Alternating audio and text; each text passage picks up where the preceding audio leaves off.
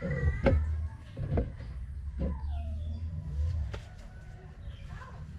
trái bằng hạt trái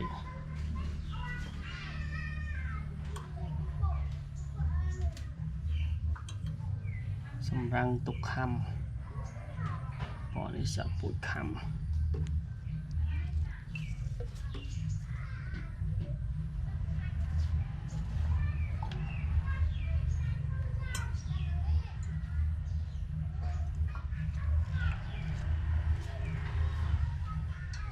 sáp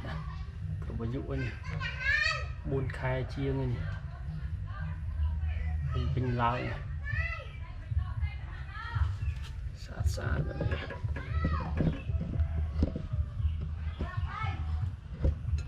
dạ khăm keo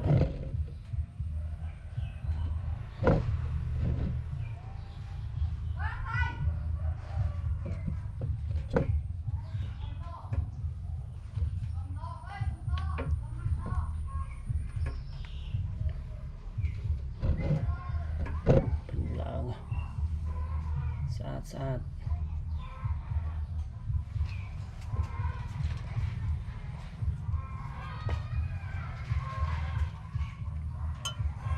bỏ mà lê mà non bỏ mà lê luôn so để khăn ra hao mình tặng cho đây sẽ tích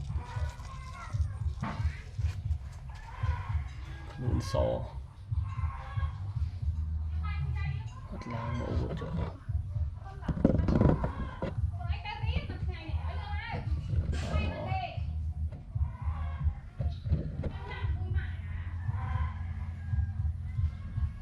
tên khơi kia khơi tư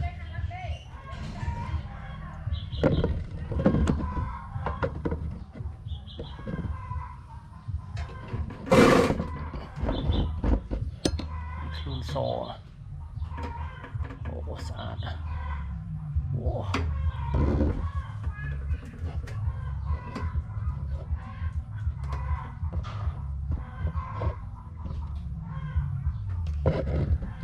Từ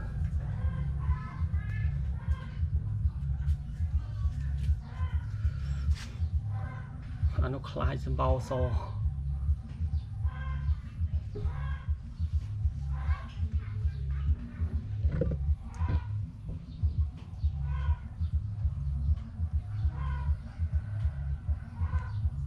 trong khai xem bao so nhé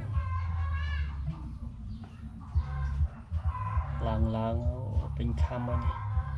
อายุบุญkhai chiêng